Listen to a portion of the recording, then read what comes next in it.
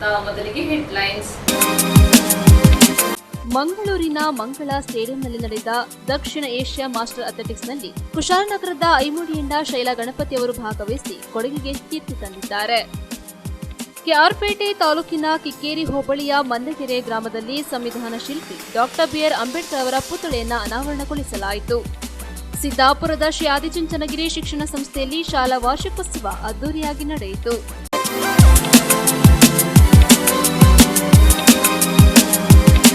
ಮಂಗಳೂರಿನ ಮಂಗಳ ಸ್ಟೇಡಿಯಂನಲ್ಲಿ ಆದಿತ ದಕ್ಷಿಣ Asia master athletics ನಡೆಯಿತು.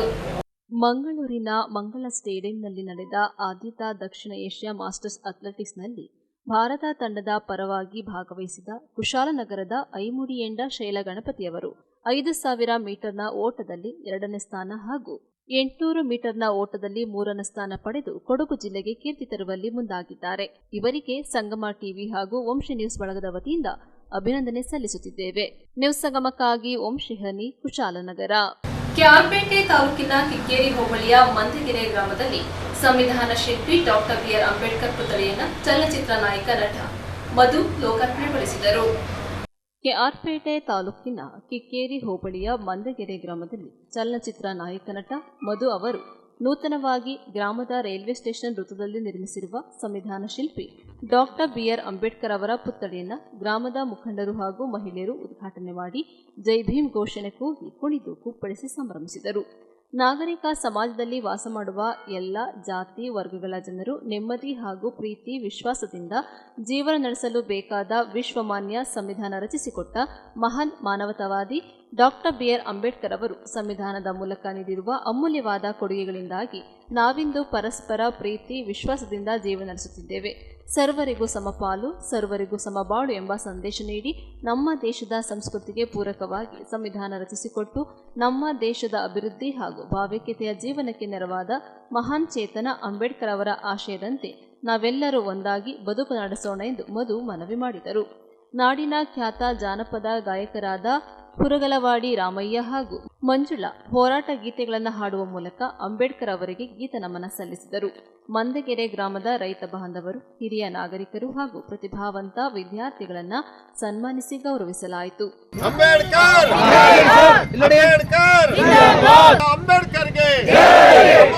ಶಿಲ್ಪಿ ಅಂಬೇಡ್ಕರ್ಗೆ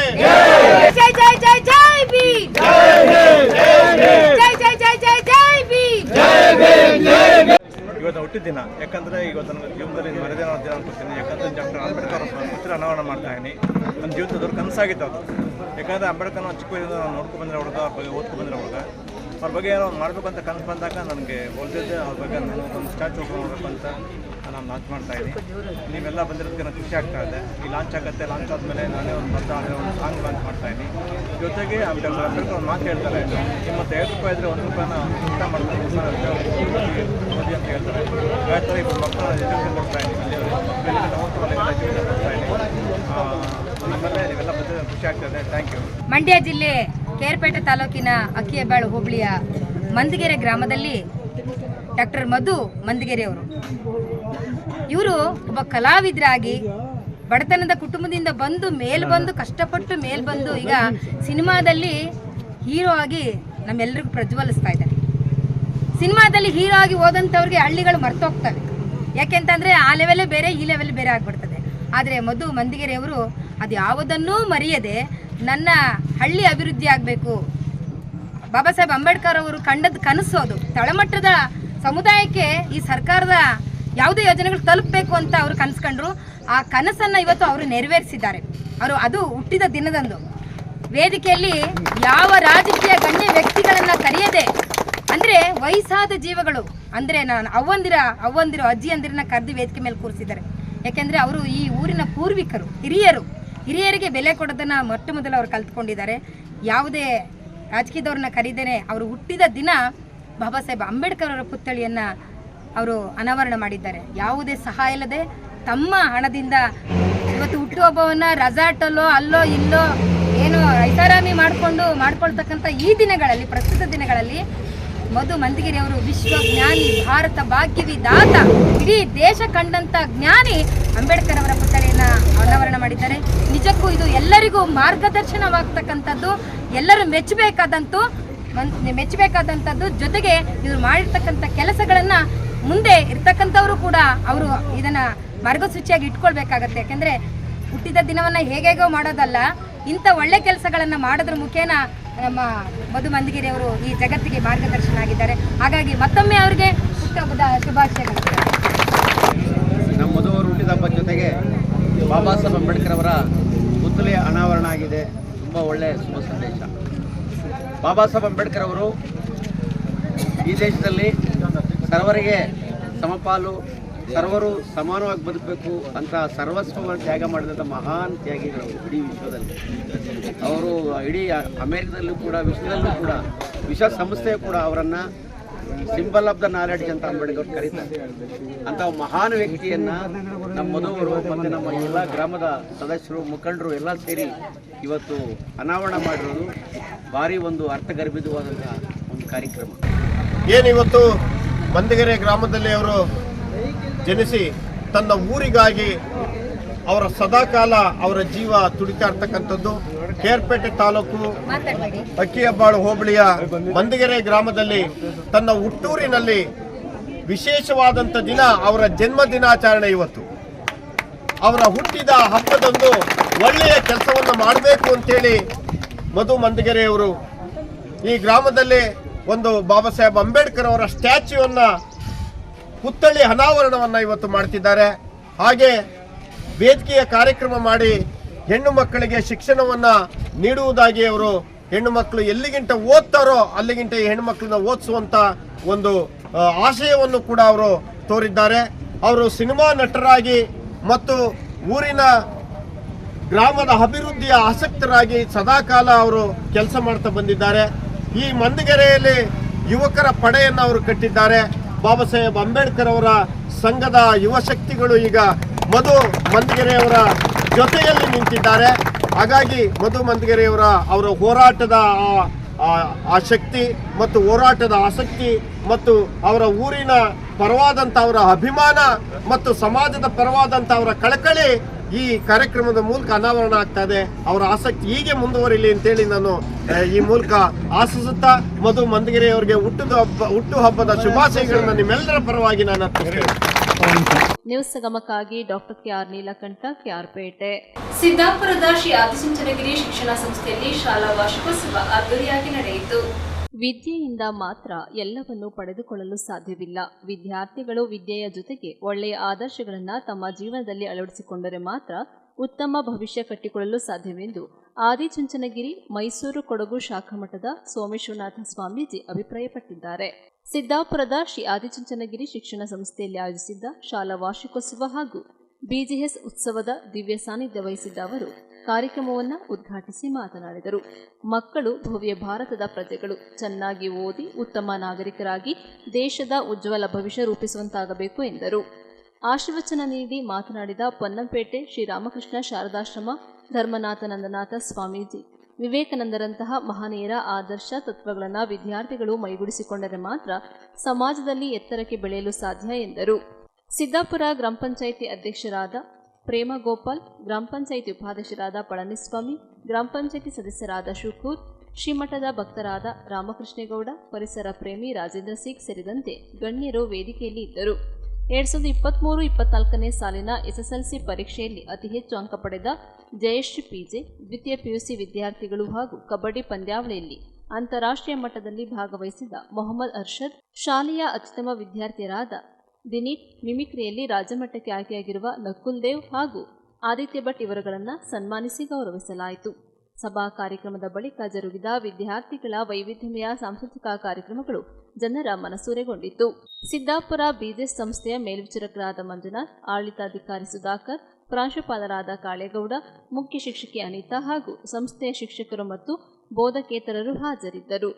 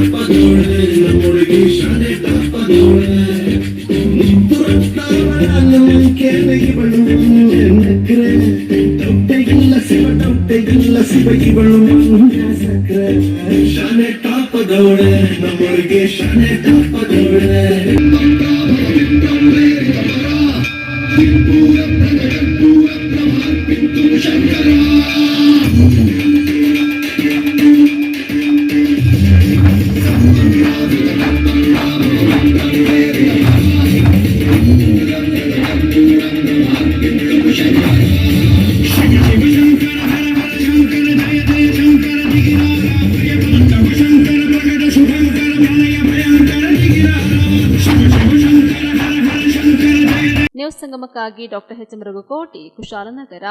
ಕೆಆರ್ಪೇಟೆ ತಾಲೂಕಿನ ಹೇಮಗಿರಿಯ ಬಿಜೆ ಸ್ಕೂಲ್ ಆವರಣದಲ್ಲಿ ಪದ್ಮಭೂಷಣ ಡಾಕ್ಟರ್ ಬಾಲಗಂಗಾಧರನಾಥ ಸ್ವಾಮೀಜಿಯವರ 12ನೇ ವರ್ಷದ ಪುಣ್ಯಸ್ಮರಣೆ ನಡೆಯಿತು.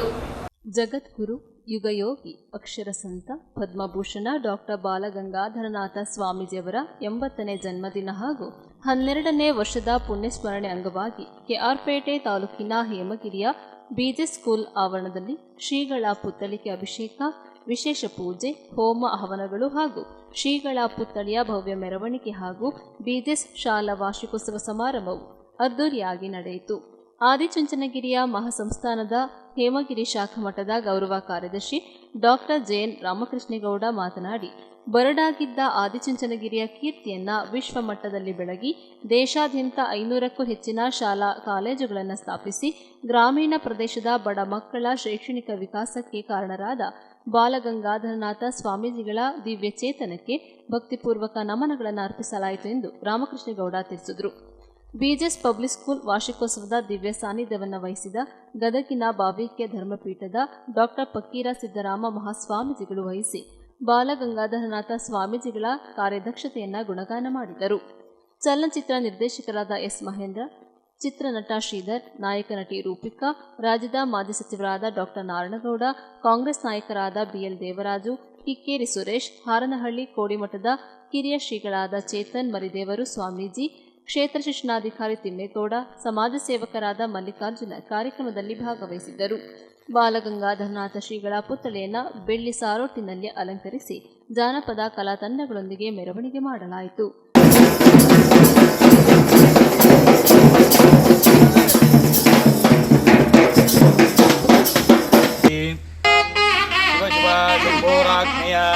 ಪ್ರವರ್ತಮಾನಸ್ಯ ಆದ್ಯ ಬ್ರಹ್ಮಣಃ ದ್ವಿತೀಯ ಪರಾರ್ಧೆ ಶ್ರೀಃ ಶ್ವೇತವರಾಹಕಲ್ಪೆ ವೈವಸ್ವತಮನ್ವಂತರೆ ಕಲಿಯುಗೆ ಪ್ರಥಮಪಾದೆ ಜಂಬೋದ್ವೀಪೆ ಭಾರತವರ್ಷೆ ಭರತಖಂಡೆ ಮೇರೋಃ ದಕ್ಷಿಣದಿಗ್ಭಾಗೆ ಶಾಲೀವಾಹನಯುಗೆ ಬೌದ್ಧಾವತಾರೆ ಶ್ರೀಃ ಮಹಾ ಸಂವತ್ಸರಾಣಾಂ ಮಧ್ಯೆ ಶ್ರೀಮದೋ ಶ್ರೀಃ ಕ್ರೋಧೀನಾಮ ಸಂವತ್ಸರೆ ಉತ್ತರಾಯಣೆ ಶ್ರೀಃ ಆಶ್ಲೇಷ ನಕ್ಷತ್ರೆ ಗುರುವಾಸರಯುಕ್ತಾಯಾಂ ಶುಭ ನಕ್ಷತ್ರ ಶುಭಯೋಗ ಶುಭಕರಣ ಏವಂ ಗುಣ ವಿಶೇಷೇಣ ವಿಶಿಷ್ಟಾಯಾಂ ಅಸ್ಯಾಂ ಶುಭದಿದೋ ಅಸ್ಯ ಯಜಮಾನಸ್ಯ ಪರಮಪೂಜ್ಯ ಜಗದ್ಗುರವಃ ಶ್ರೀಃ ಭೈರವೇಕ್ಯ ಬಾಲಗಂಗಾಧರನಾಥ ಮಹಾಸ್ವಾಮಿನಃ ಚಿರವೈಕುಂಠ ಫಲಪ್ರಾಪ್ತ್ಯರ್ಥಂ ತಥಾ ಚ ಶ್ರೀಃ ಅದ್ಯ ದಿನಸ್ಯ ಸ್ಮರಣಾರ್ಥಂ ತಥಾ ಚ ಶ್ರೀಃ ಅದ್ಯ ಜಗದ್ಗುರವಃ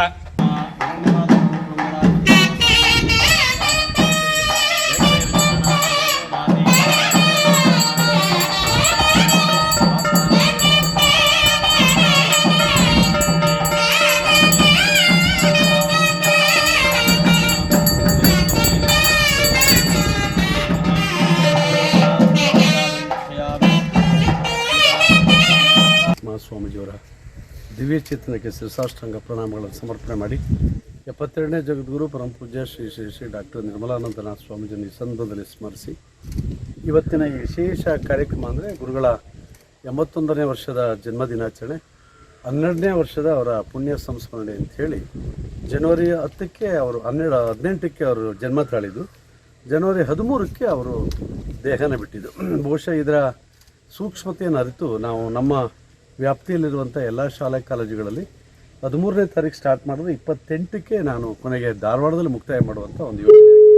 ಇದು ಬಹಳ ವರ್ಷಗಳಿಂದ ಇದು ನಿರಂತರವಾಗಿ ನಡ್ಸ್ಕೊಂಡ್ಬಂದಿದ್ವಿ. ಈಗಾಗಲೇ 12ನೇ ವರ್ಷ ನಾವು ಈ ಕಾರ್ಯಕ್ರಮ ಮಾಡ್ತಿರೋದು.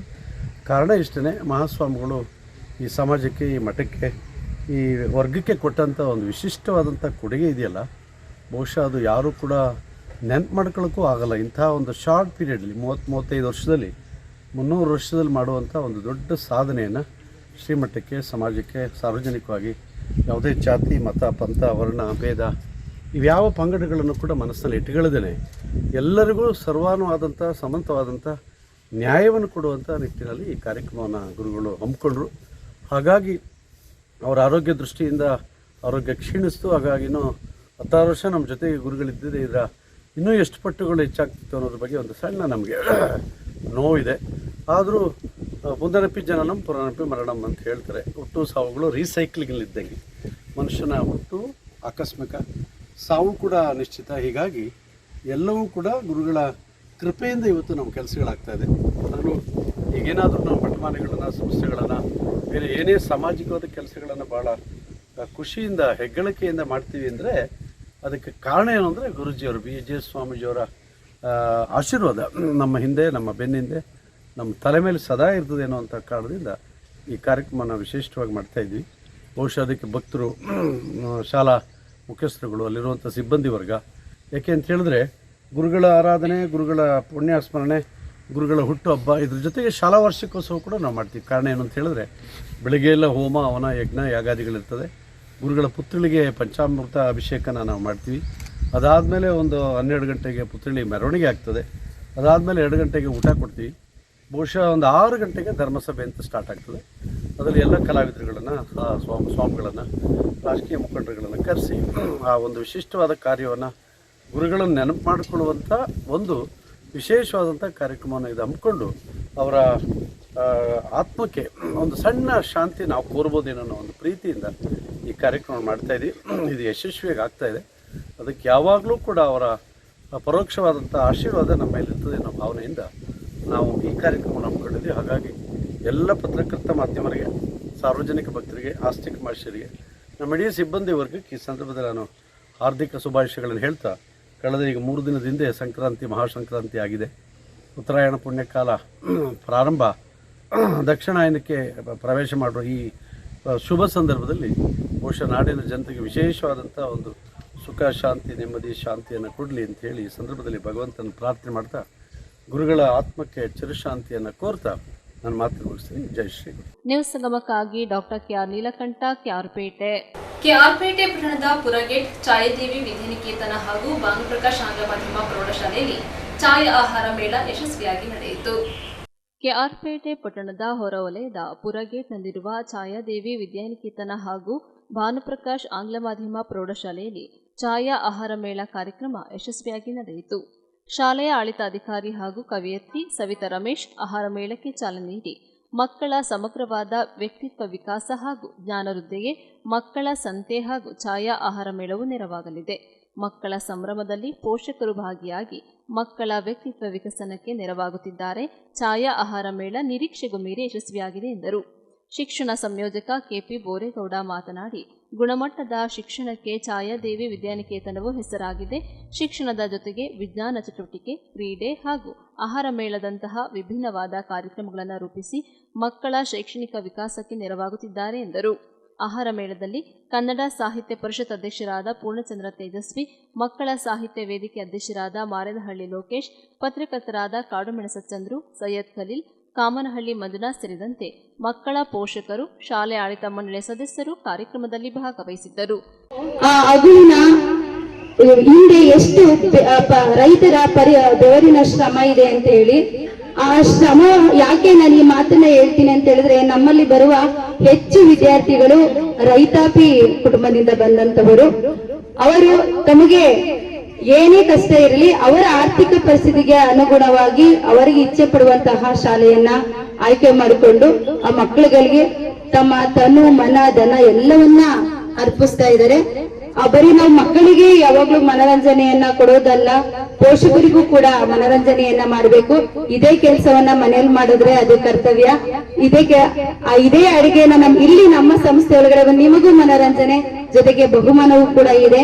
ಆ ಎಲ್ಲ ಉದ್ದೇಶದಿಂದ ನಿಮಗೂ ಕೂಡ ಮನರಂಜನೆಯನ್ನ ಕೊಡಬೇಕು ಅನ್ನುವ ಉದ್ದೇಶವನ್ನ ಇಟ್ಕೊಂಡು ಈ ವರ್ಷ ನಮ್ಮ ಶಿಕ್ಷಕರು ಸುಮಾರು 1 ವಾರಗಳ ಕಾಲ ಏನೆಲ್ಲ ತಯಾರಿಗಳನ್ನ ಮಾಡ್ಕೊಂಡಿದ್ದಾರೆ, ಎಲ್ಲ ತಯಾರಿಗಳನ್ನ ಮಾಡಿಕೊಂಡು ಈ ಒಂದು ಕಾರ್ಯಕ್ರಮಕ್ಕೆ ಕಾಯ್ತಾ ಇದ್ದು ಈ ದಿನ ಇಂದು ಬಂದೇ ಬಿಟ್ಟಿದೆ.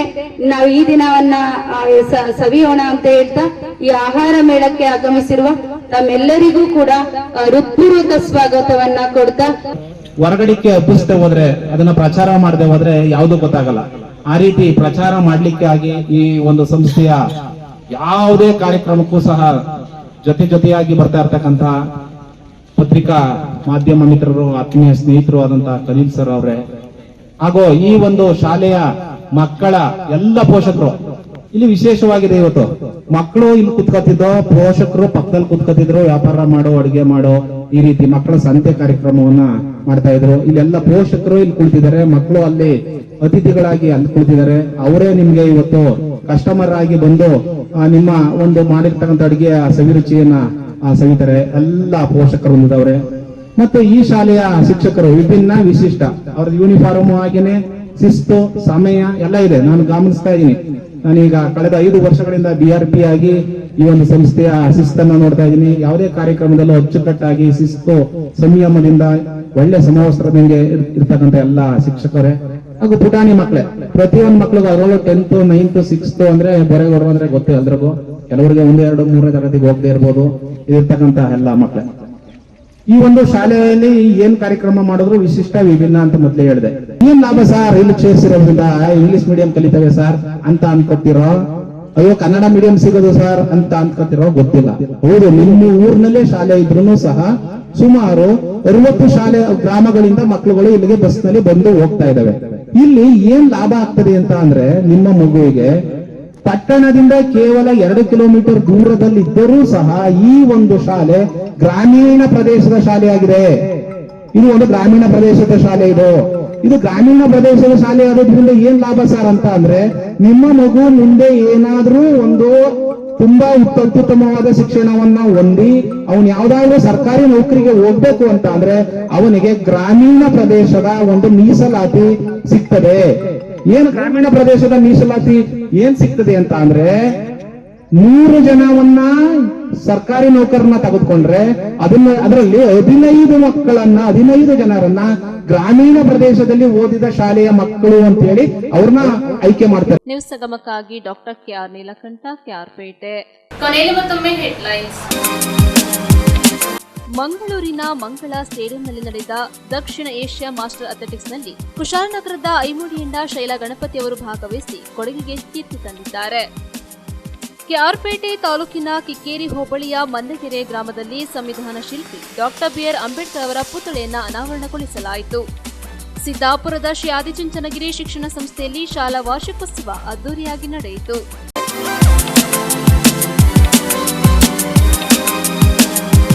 ಇಲ್ಲಿಗೆ ನ್ಯೂಸ್ ಸಂಗಮ ಮುಕ್ತಾಯವಾಯಿತು. ಸುದ್ದಿ, ಮಾಹಿತಿ, ಮನೋರಂಜನೆಗಾಗಿ ನೋಡ್ತಾ ಇರಿ ಸಂಗಮ ಟಿವಿ. ವಂದನೆಗಳೊಂದಿಗೆ ಸುಪ್ರೀತಾ ಎಲ್ಲೆ.